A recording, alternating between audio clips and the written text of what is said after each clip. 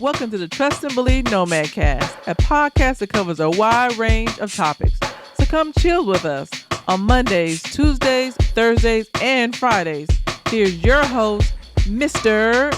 Anderson. Everybody to episode 92 of the Trust and Believe Nomad Cast. I'm your host, Mr. Anderson.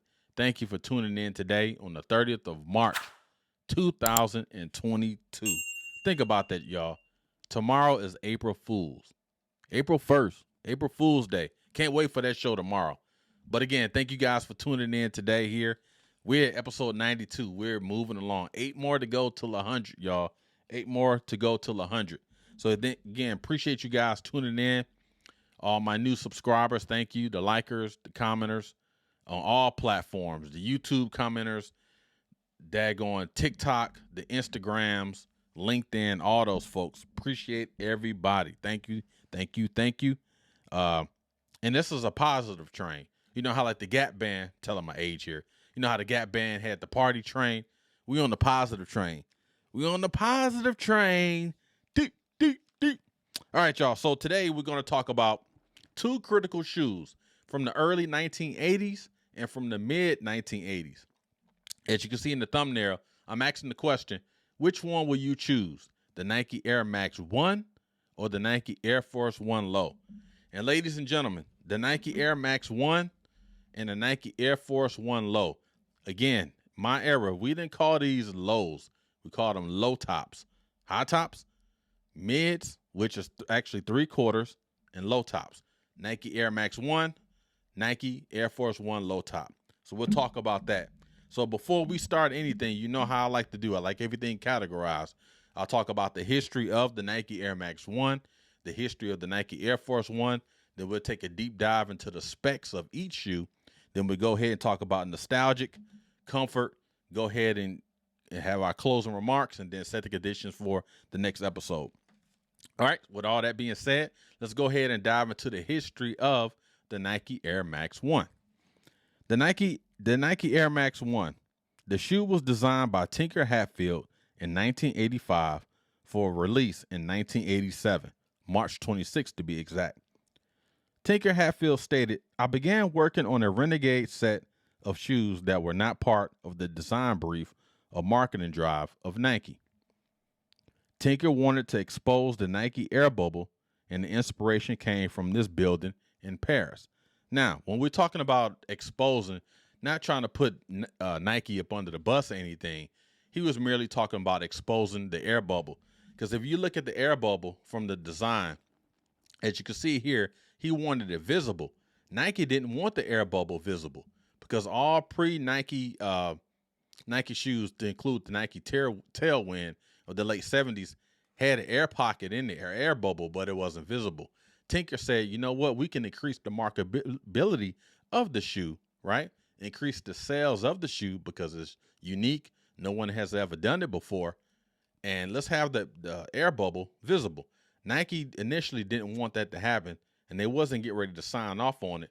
But Tinker told them, hey, we can also have supporting materials to support the air bubble. Because Nike was afraid. All the suits at Nike were afraid, well, the air bubble will get punctured when they're running, when they're jumping, when they're doing day-to-day activities. Tinker said, no, I have a way. Let me show you a way. And I tell you, guys in my era, when the Air Maxes or any type of Nike that had the air bubble in it, when the shoe was old, we just took a pen and let all the air out. So we kind of defied it ourselves. So that's the history of the Nike Air Max 1. Let's talk about the Air Force 1. The shoe was designed by Bruce Kilgore and released in 1982. Nike initially wanted to shelve the Air Force 1 after its initial release. The Air Force 1 became a staple for drug dealers, hustlers, and youths in the mid-'80s. I'm going to take a pause here. I can tell you, I can attest to that because guys that I grew up in my neighborhood on the west side of Detroit that I knew of that's no longer here or currently incarcerated, those guys was wearing Nike Air Force 1s, but we called them Nike Airs. Reason we called them Nike Airs, because if you look on the tongue, you can see it said Nike Air. We used to call these Nike Airs. Hey, you got a pair of Nike Airs? That's what we called them. But then the guys in New York, they called them uptowns. That's another story. But I would tell you, all the drug dealers, the hustlers, and all these guys, the street dudes, right? They all wore Air Force Ones, along with Adidas during that era. But Air Force Ones were that shoe. That it was the shoe. That mostly the high top ones. I don't remember a lot of low top Air Force Ones back in the day, especially those early '80s, mid '80s. But definitely the high top Air Force Ones, and we used to be a strap. Well, it's a strap at the ankles. We used to Detroit guys. We would let the strap hang behind the shoe, so it looks like a loop if you're walking from behind. I have a pair of high top Air Force Ones, but I don't want to bring them in for this episode, so that'd be another episode, and I'll dive into that. All right, let's get back on track. Another historical fact from the Air Force One: the original Air Force One ad featured prominent NBA players of that era: Michael Cooper, Moses Malone, Calvin Nat, Jamal Wilkes, Bobby Jones, and Michael Thompson. Now, a quick historical note on Jamal Wilkes. If you ever saw that movie Cornbread and Earl, Cornbread Earl, he was the one that ended up getting killed in the street, Jamal Wilkes. All right, let's talk about some specifications. If you look at the Nike Air Max 1, we're going to start with that. Look at the beautiful design of this shoe. Tinker Hatfield did an outstanding job designing not only this shoe, but other Nike shoes of that 80s era. Again, we talked about that air bubble in here, the air pocket. Some people call them air pockets. To us, we call them air bubbles, right? You can feel the air bubble. It's still tough, even to this day. Look at the sole. Beautiful sole design. Nice mesh material here. Very soft up in here. Almost feels like velvet. See the inside here? Nice blue. This is a nice colorway. Nike Air in the back. Look at that. Phenomenal shoe. Again, this was made for running, as you can see in this ad here. The Nike Air Max were made for running. But guys like me that grew up in that era, we never wore these for running. Unless we was like running around. But nah, we were just wearing these for chilling. And I would tell you probably the first pair of Air Maxes I ever owned, oh man, probably had to be the 90s. And it wasn't this one. I don't remember having this particular Air Max. I was still in my Adidas era during this time. But it's the bottom of it here. But again, a beautiful shoe. Look at the inside here. Look at how, just look at the design. And I'm always, I just look at some of these designs and the way these designs to come together. And you can look at the sketch here. The way the shoe, it's all synchronized together. Everything coordinates together. That is a God-given gift to be able to put whatever's in your mind onto paper, onto sketch, and to be able to sketch something out and have it just live out its dream, if you will. Have the shoe live out your visual dream. And just look at that. Again, another beautiful design. This shoe came in so many colorways back in the day. This one here, this particular model, I bought it in a Nike store in Seoul in Korea. Now, a lot of us that have been to Korea, we know they had those fake Nike shops. No, this was purchased from the Nike store in Seoul, Korea. Real deal, legit Nike store. Not one of them shoe stores that's in the Ville. And anybody that's been to Korea, y'all know what I'm talking about shoes in the Ville. This is the real deal. Nike Air Max on the tongue. Simplistic design, but it's a complicated design as well, but it's a beautiful, beautiful shoe. The Nike Air Max 1. Originally released March 26th, 1987. Man, I was 13 years old. All right, let's talk about some specs of the Air Force One.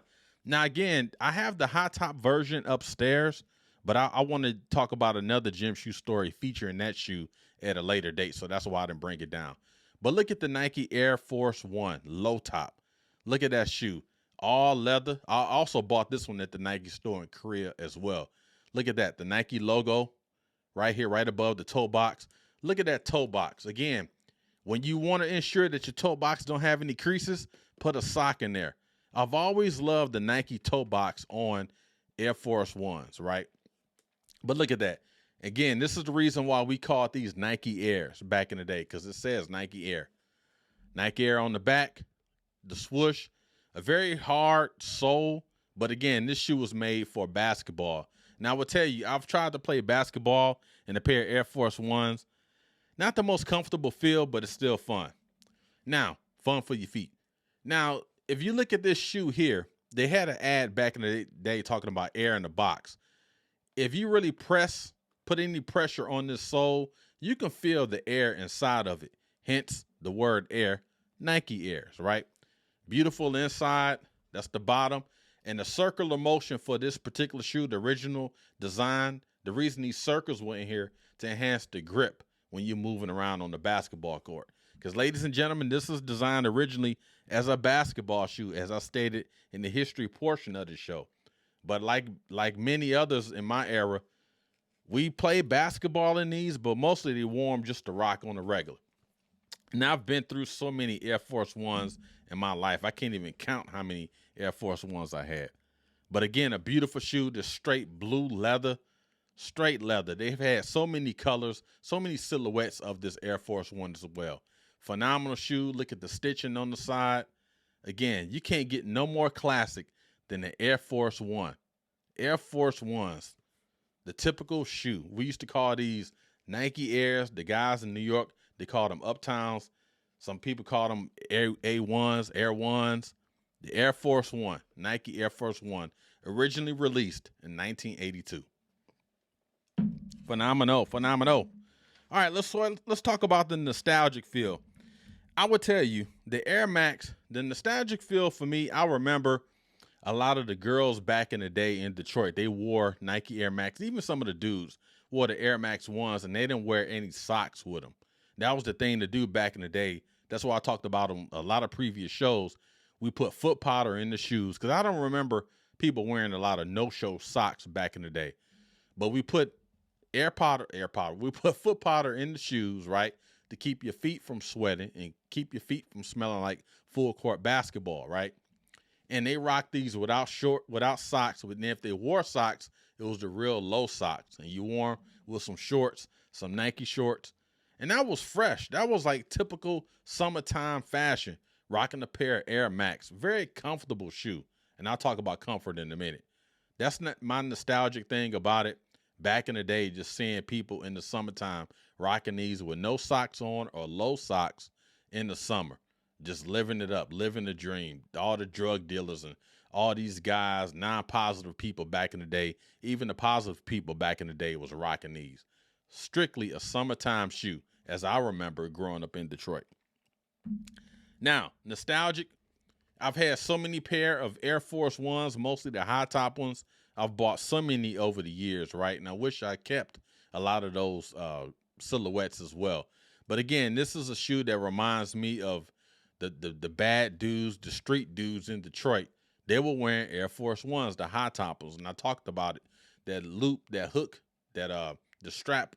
We used to unloosen the strap and then have it hanging from the back and look like a circle if you're walking, from behind.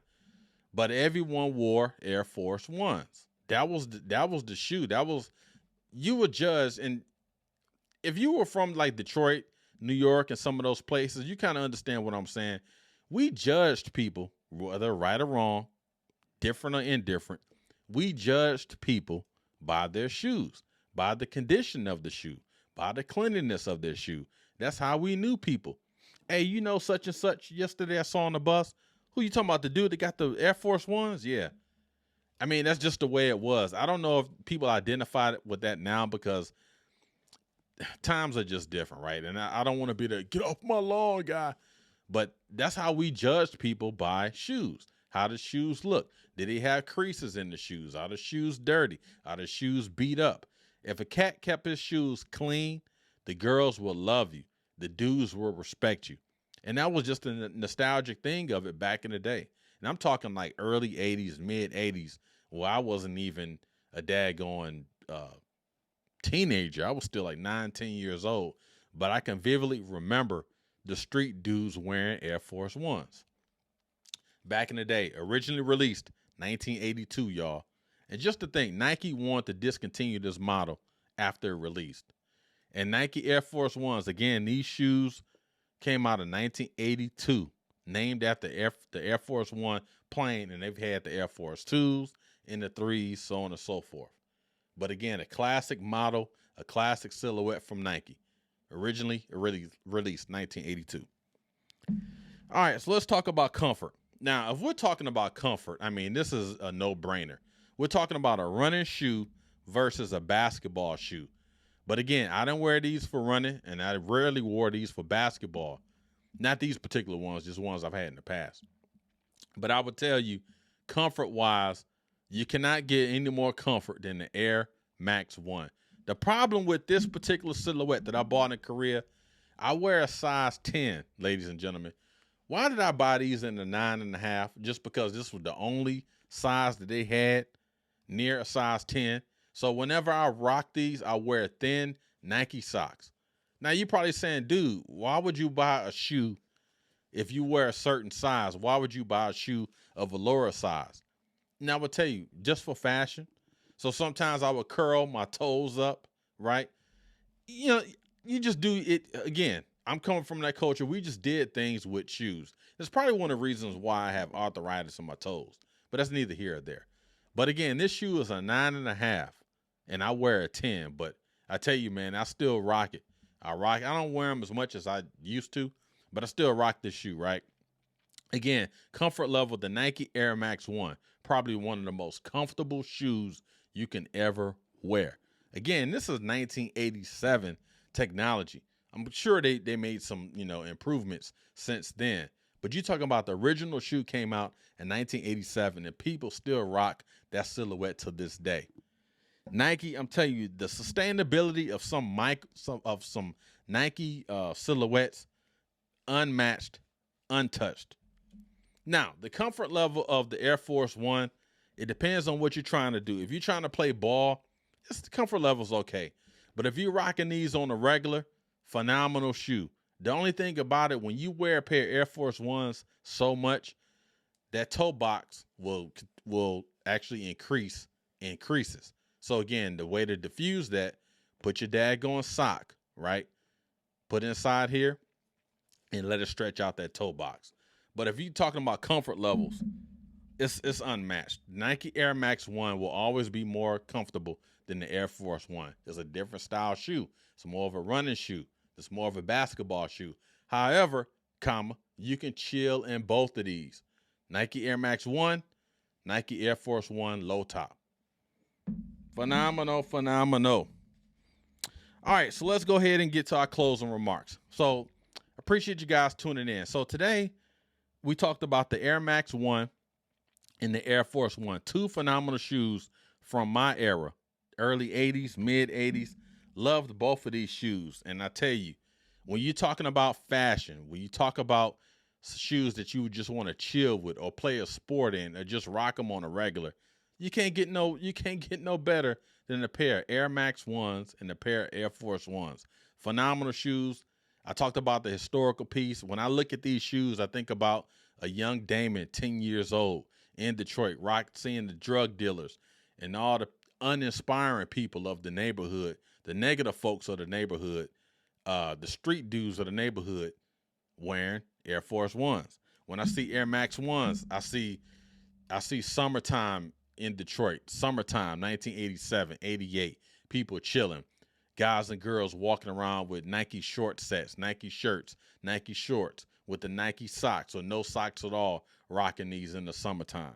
I tell you, I look at both of these shoes, and that's why I have such a passion for gym shoes, because it's more than just footwear to me. All the shoes that I talk about on Gym Shoe Stories on the Thursday has some historical value to me personally. Again, if you didn't grow up in that environment, it's kind of hard to understand what I'm talking about. For guys and gals that grew up in that environment, especially in my era, you know exactly what I'm talking about. Appreciate you guys tuning in today. That wraps up today's Gym Shoe Stories. And I posed the question, which one will you choose? The Nike Air Max 1 or the Nike Air Force One low top? To me, it's a no-brainer. I choose both of them. Love both of them. Rock both of them. Both of them are still comfortable. One is more comfortable than the other, but it all depends on what you're doing, right? Appreciate you guys tuning in today. Thank you. Tomorrow's episode, April 1st, it'll be episode 93. We're going to talk about my 28th anniversary of graduating Marine Corps Boot Camp, Paris Island, South Carolina. this young strapping man that you see in front of you, this young strapping man that you hear, graduated Marine Corps boot camp 28 years ago tomorrow. And I'm going to tell that story and offer 5 life lessons that I learned from graduating Marine Corps boot camp. So I'm definitely looking forward to that episode as well. But again, appreciate you guys tuning in. Hope you guys have a great Thursday. Be safe, be sound. Looking forward to getting back and hanging out with you guys tomorrow on a Friday show, on a Finally It's Friday show. But this wraps up Gym Shoe Stories on the Thursday. Appreciate it. All praises due. All the best. Godspeed. See you guys tomorrow. Thanks.